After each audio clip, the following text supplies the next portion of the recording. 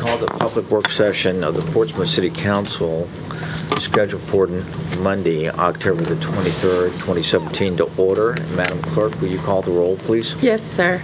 Mr. Cherry? Here. Mr. Clark? Here. Mrs. Lucas Burke? Here. Mr. Moody? Here. Ms. Simmons? Here. Dr. Whitaker? Present. Mayor Rowe? Here. Dr. Pat? Thank you, Mayor, Vice Mayor, and members of City Council. This evening, we welcome Mr. Randy Sturgeon, a remedial project manager with the Environmental Protection Agency for the Atlantic Wood Industrial Superfund site within the City of Portsmouth. Mr. Sturgeon has managed Superfund cleanups for the past 29 years, including sites in Portsmouth, for approximately 20 years. He is a member of the EPA's National Peer Review Group for large sediment cleanups. In 2010, the U.S. Army Corps of Engineers executing an environmental dredging and material management of contaminated sediments at the Atlantic Wood Industrial Superfund site located on the southern branch of the Elizabeth River. A total of approximately 330,000 cubic yards of sediments were originally anticipated to be mechanically dredged, amended with Portland cement, and placed in the project site behind a new bulkhead. With additional sediments encountered, the former Portsmouth School Board site was included as part of the landfill. When the EPA project is complete, the former School Board operations property, which is currently owned by the PPIC, will be available for industrial development. This evening, Mr. Sturgis will provide an update. Mr. Sturgis. Thank you. And thanks for having me. I hope that I can provide you with the information you need. Quick update on the site overall. This is the new South Norfolk Jordan Bridge. And so the site's at the base of it. Wood treating took place where they made telephone poles, mostly with creosote and pentachlorophenol, and the Navy leased part of the property, and the river was contaminated. So we ended up having to dredge the area in blue, which goes almost up to the railroad tracks by the aircraft carrier turning basin, down to the second pier at Norfolk Naval Shipyard. And the sediments that were dredged were mixed with Portland cement. Half of them were put behind this bulkhead. You can vaguely see the original shoreline, and the other half are going in a landfill on Atlantic Woods property and then on the school district property here. We've been doing this work in a number of phases. We just got through actually dredging the river last month. There were probably about 320,000 cubic yards of contaminated material came out of the river. This area here has already been capped. Hit the right button here. With the west landfill area, which we're going to talk more about tonight, is under construction. The work on the PPIC property has not started yet, and actually we're unable to expand to the Vane Brothers property. To give you an idea, this was taken out of an airplane 2 weeks ago, or actually last week. Here's the dredging area. Here's the new land we've created. Here's the west landfill, Atlantic Wood property, and this is the former school district property that right now Atlantic Wood is using for storage while we're using up their land building landfill. This gives you, there's about 6 acres of new land in here right now. And it's got a stone cap that's just like what's going to end up on the school district property. And again, you can see the landfill construction has begun here. This is what this new land looks like. Again, this was last week. The west landfill, this is an aerial view. All this area is contaminated sediments that have been compacted. Here's a school district, former school district property that is in use by Atlantic Wood at the moment. The reason this is a C shape is Atlantic Wood is still producing concrete precast product in here, and so we're having to build around them at the moment. So all the sediment that's going to go into the landfill is currently over on the west side of the site. So there's a big pile of it here, and there's another pile of it here. And if you're coming down the bridge, what you see is a big pile of sediment and debris. A lot of it's been compacted already. This is the ramp that Atlantic Wood's going to use to drive up on top of the landfill. These are the stockpiled sediments that still need to be compacted. There's a pile here and one over on the south side. So to give you an idea, this is what's going to amount to the top of the landfill. This is how high it is above the existing grade. This is the middle of the area, the C shape that Atlantic Wood is still using. This is the south property boundary between Atlantic Wood, where the landfill, this is about the landfill height, that's the school district property that Atlantic Wood is still using. And that gives you an idea of how much they're using it. This is a product that's waiting to be shipped out. And we had worked out an agreement that EPA would expand the landfill on top of this property for several reasons. One is we found some contamination on it that we did not expect to find during our cleanup, but it helps us out to expand the landfill because of the underground contamination. We ended up with way more sediment in the river than we expected, so having a bigger place to put it helps us out, especially because when they built the South Norfolk Jordan Bridge, they took probably 4 acres of area that was going to be landfill.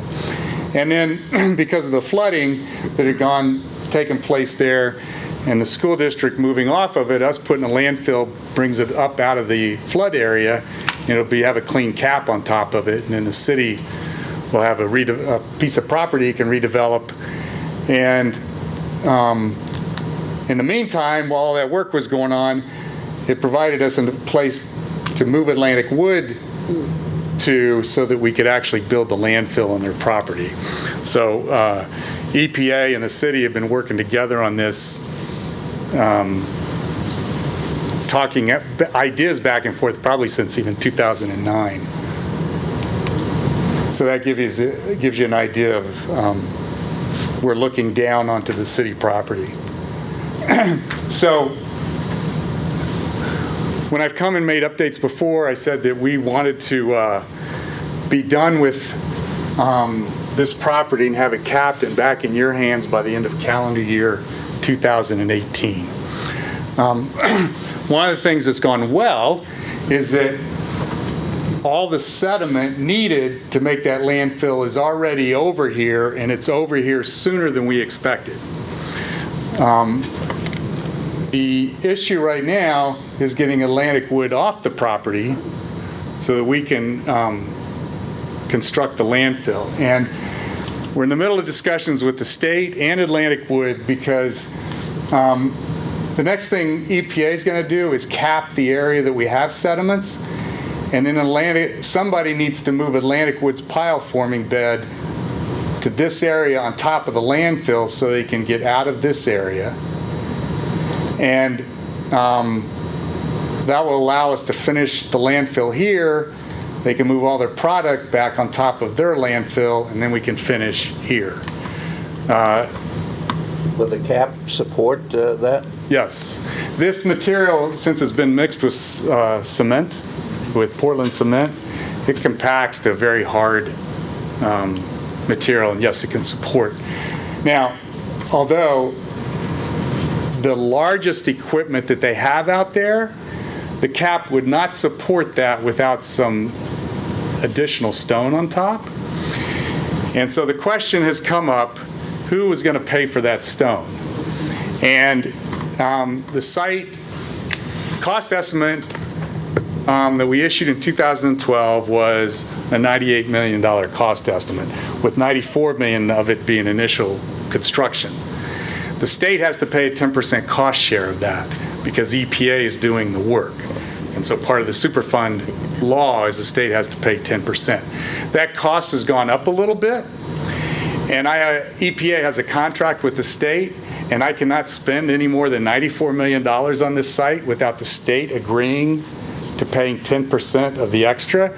They have not agreed to do that yet because it's a very costly site. Some could argue, well, why isn't Atlantic Wood moving their own equipment on top of that? And probably you may want to talk to them about that. But we are in discussions about all that. Now, the one thing that you guys have control over that I don't is that you're allowing Atlantic Wood to put the material on this property. What we're trying to work out with Atlantic Wood is at least give us this third of it so we can start constructing this landfill. We haven't gotten commitments out of that. Some of this is tied up in a large negotiation with the Navy, EPA, Atlantic Wood, and the state of Virginia. And it has some complicating issues about who's going to own the new land that we built, who's going to take care of the new land. Will Atlantic Wood take care of the cap if they work on top of it? And so while I've got all the sediment and could build this landfill really quickly if nothing was on it, at the moment I can't do that. I'm hoping, since, to get that built by the end of 2018 as I committed to, but I'm going to have to keep you up to date on our efforts to get this cleared out so that I can do that. I mean, the preference has always been to do this, move Atlantic Wood back on top, and then do this second. In an effort to minimize the disruption to their business, obviously, because if you told them to get off of here, I don't know at the moment where that would go. So that's kind of the status. A lot of work's been completed. The river's in much better shape than it's ever been, and it's just the access to these issues at the moment that is holding up the completion or the construction of that landfill, which then, once you have that, you're allowed, you can use it, develop it, or whatever. Questions? Questions? I think that, Now, can you go back to the slide that has the bridge and the new land?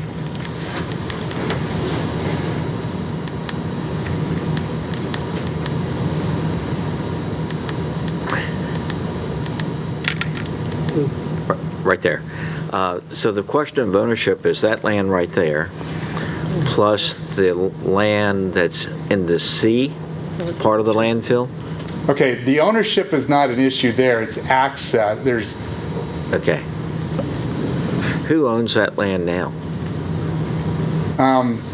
Not that, but the, Atlantic Wood owns this whole square. okay. They actually make product in the Right middle of that C right now. That's their concrete pilings. So in order for them to abandon that, there needs to be a concrete, we've had discussions about, EPA is willing to build the concrete foundation of those piling slabs, wanting them to move the forms on top of that. We've expressed some interest in running an electrical line so they have some power in that area in an effort to not have a holdup to our cleanup. But all that's still in discussions because, again, the state has to pay. I can't commit to building a concrete slab if the state doesn't commit to paying 10% of that concrete slab. And because we want to basically turn this east-west foundation to a north-south on top of the landfill. And then Atlantic Wood could get out of here.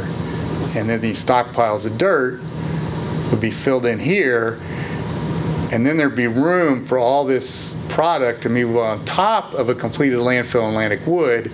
And then the stock, and then we'd finish moving sediment and cap that. That's been the plan all along. So what's the bigger holdup? The state not agreeing to the money, or Atlantic Woods not agreeing to pay something? Or to move their stuff?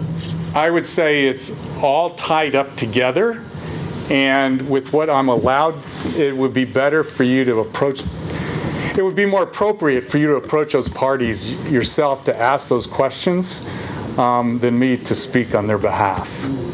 But I would actually encourage the city to do that. Well, what's the incremental cost increase? I mean, you're at 98. What additional funds are you talking about? The actual capital cost, the 94, it may be $10 to $15 million more. And I could actually finish constructing this landfill within the $94 million. But there's other things I have to do at the site, like I need to build another acre of wetland, which was going to be the last thing I completed. There's some groundwater work we've got to do and stuff like that, which adds to the total cost. The incremental cost of putting a little bit of infrastructure up there, including a little bit of extra stone to protect the cap, is probably $1 to $2 million at the most. Is that in the 10 to 15 that you gave, that range? Yeah, that's a piece Okay. of that. So we're talking about the state coming up with an additional 1 to 1.5 million. Yes. Yes, sir. The question of ownership, the land that was created under the bridge, who owns that?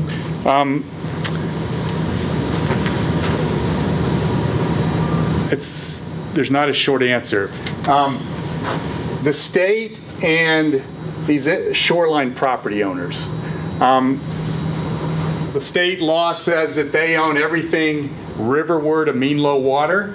The mean low water, when we started this project, was basically a diagonal line from this river entrance to that end of the wall.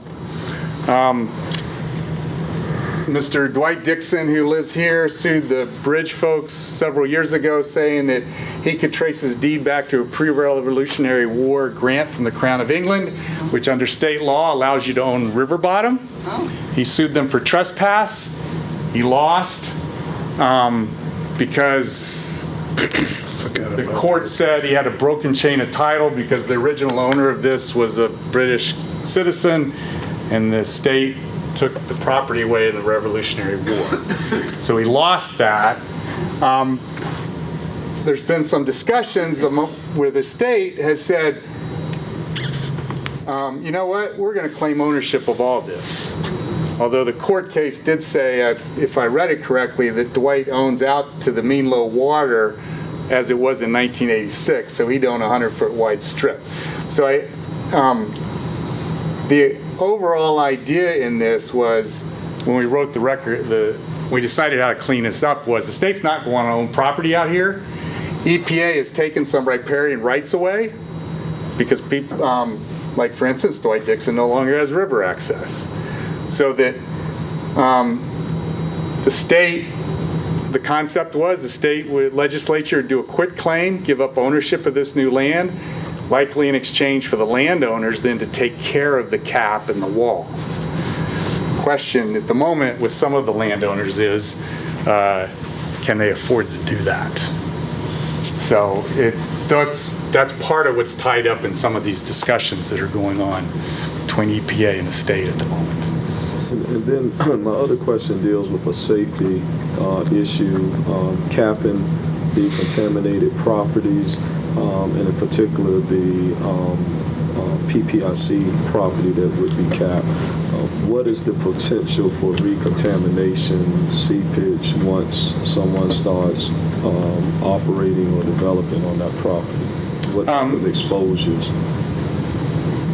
All around the country, the real estate industry has gotten good at developing contaminated property, including Superfund sites. We've built soccer fields on top of them. So, like even where the fire department headquarters is on top of a Superfund site. That the only thing is if you dig below grade where there is contamination, someone needs to take proper health and safety precautions because they're digging into something contaminated versus handling clean soil.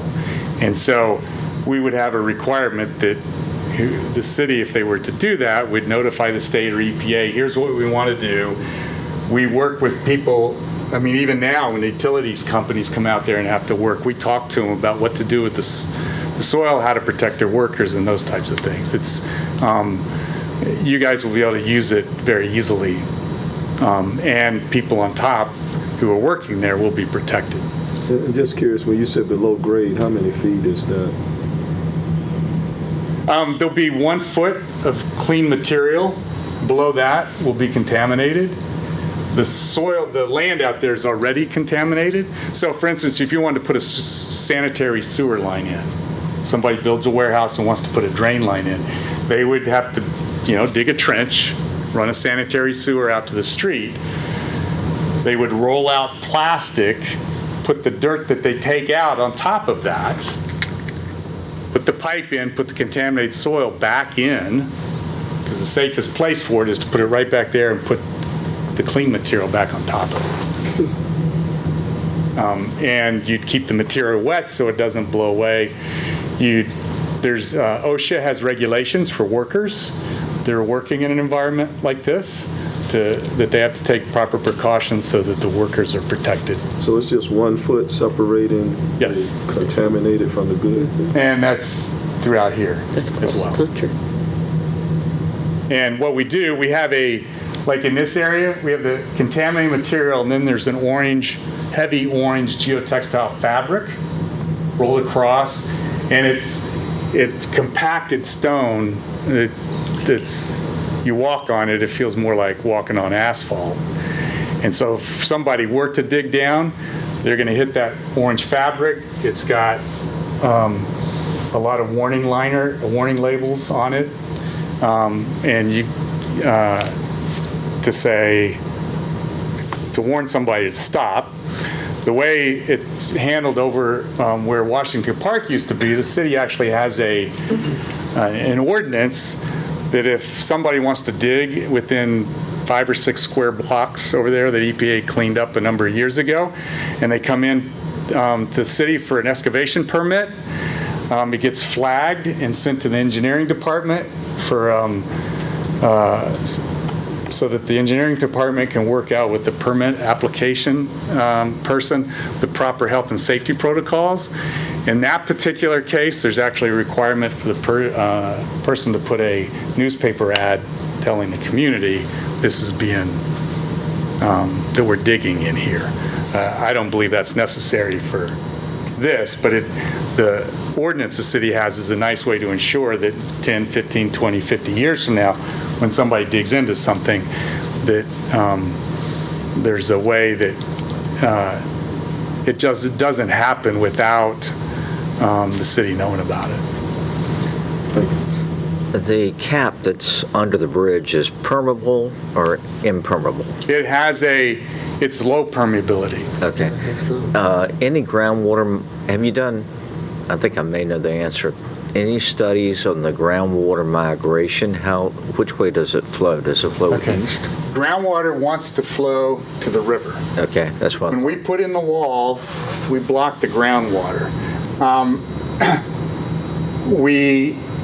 Several years ago, we put a groundwater collection trench that runs all across Atlantic Woods property.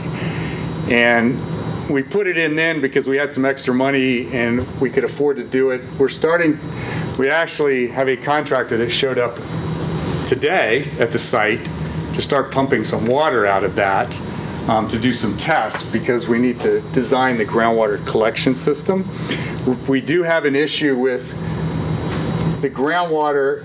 If we weren't to do that at all, groundwater would back up till the water table raised and it pushed groundwater around. And we've run into a problem in this area on Mr. Dixon's property. That area used to dry out between rainstorms. It no longer does because the water table has come up, but that is because of development going on over at PER. Not that word. What about the Atlantic Woods site, how do you stop the groundwater migration there? Or does it? Well, there's going to be an interceptor trench, Okay, and we're going to we're going to take the groundwater out. And we're either going to, depending on its level of contamination, it'll be discharged to the river with treatment if necessary. And then we're also going to start planting trees where we can, because the trees will soak up groundwater, with an effort to have as little as necessary that we have to handle ourselves. You've planted some trees, haven't you? In that area. If they're not, they're about to be. We've purchased the trees. And we've talked to the engineering department about planting them and stuff like that. yes, ma'am. I have two questions, Mr. Sturgeon. One, it would be very helpful if you could send me a memorandum or a letter with the ask that you have, that we can go forward with the PPIC, who is actually our group that we work with on this property. If you could get that to me, that would be helpful. I can do that. I'm not asking you to clear out your property. No, I didn't, yeah, we know That, that. We know that, but I can inform you of the things I said here. that's what I need. And then you guys can decide how you That's want what to I'm proceed. requesting. Okay. I'm not, that's what I'm requesting. Second, with this waiting to resolve and your material that you have waiting out there, that's piles, how is that, how is that being protected while you waiting, which is going to take, it's not going to take 10 days, it's going to take Right. some time for Atlantic Wood. So what keeps that pile of contaminated safe or from human? I mean, we're not, even if all this landfill construction got held up, I will have a contractor out there managing that pile. So you are managing the pile Yes. daily? And we have, and you can control dust if you have to wet it down. This stuff is, it stays together pretty well. But no, we're not going to just let it sit there and we'll go home. In fact, so part of the reason we'd like, it's even more cost effective the sooner we get access, because to manage that pile is not really helpful use or beneficial use of the funds that we have. One of the favorite places now for citizens, I would say in Portsmouth and some across the region, is that bridge. And so it's full every day in the evening with people 45 minutes across, as some of them say it takes them, and back. So you have people Yes. out there all the time engaging in leisure exercise. Yeah, I mean, people have had a bird's eye view of the progress of our project for a number of years. And How about the potential developable acreage? It looks like that may change since we started talking about it. I think it's on that 9. Do we have a best guess estimate of that? The property that we are, that the EPA, not the EPA, the PPIC has is actually going to be maybe 9. There are going to be some wetlands that, as he indicated, put in, but maybe 9 that we control. yeah, we're only able now to build the landfill. We only have enough material actually I to know, go to that's what the it's property boundary Right. of the former school district property. So that's about 5 acres. Right. So that is considerably less than what we potentially thought we would have when we started. Right. Since I've been, the number that has come across in listening to the PPIC and that which we control has been about getting that, and then which would be about 9 acres. Yeah, there are some issues that relate to the former Bain Brother property that I haven't had a chance to even talk to Director Moore about, other than right before this meeting, that I would like to brief him fully. Bain Brothers. And then come back and then at whatever this city, Director Moore and Dr. Patton want to come back and talk to you again specifically about that Who property. owns Vane Brothers? Who owns It's Bain The Brothers Bain? property. Who owns the Bain Brothers. The Bain Brothers own their property. Well, no, my understanding, I thought, was that PPIC purchased that as well. It's part of it. Because there was a lot of discussion at one time about expanding the landfill there as well. We have run, Get an update. Did they actually close on that, though? I'm not certain, Mr. Moody. I would have to Yeah. get that information back to you and can have it to you tomorrow.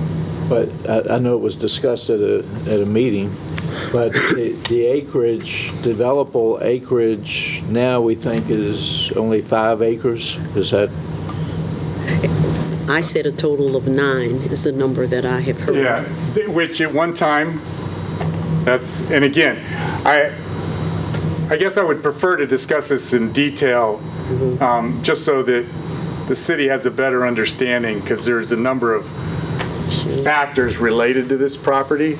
All I can say is at the moment, EPA can only go to right here. And this piece is 5 acres. Maybe in your memo, we can clear that up. And I'm happy, yeah, and well, we can, When's his We'll set up a return date? Yeah. Return date. we will set up a return date. I will Yeah. speak with you, and I know that your schedule is, as you said, really full from now to the end of the year, but we'll set a time that you can come back. yeah, I mean, Director Moore and I mean, we just got finished doing the dredging and doing the capping and all that, and haven't had a chance to discuss that with him in detail, and I would like to. Okay. All right. Finish me. Any other questions? What is the timeline to completion after the state agrees to the 10% funding? And is the only developable use is for landfill use? Well, you could build, for Industrial. instance, you could build a warehouse on this. You could use it for all kinds of industrial, light, heavy industrial purposes. If the land was totally clear, it'd probably be done in 6 months with that. What's the time frame for settlement? Which you saying that, you remember we were talking about the property, you said we wouldn't be able to get on it until 20, Okay, that settlement had to do with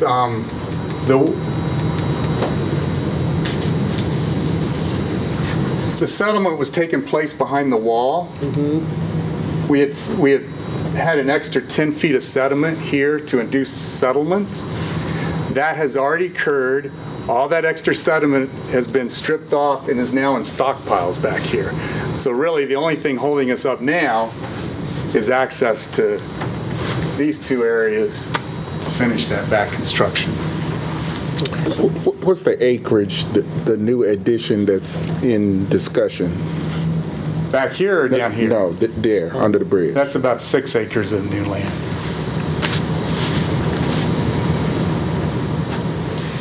okay. You're not assessing to anybody. All right. Finish. Thank you, Mayor. And again, that's usable as well. But I know that the state's very concerned. The state has to pay a 10% cost share, and they have to commit to take care of the maintenance of a cleanup in perpetuity before EPA will start a cleanup that EPA's having to pay for.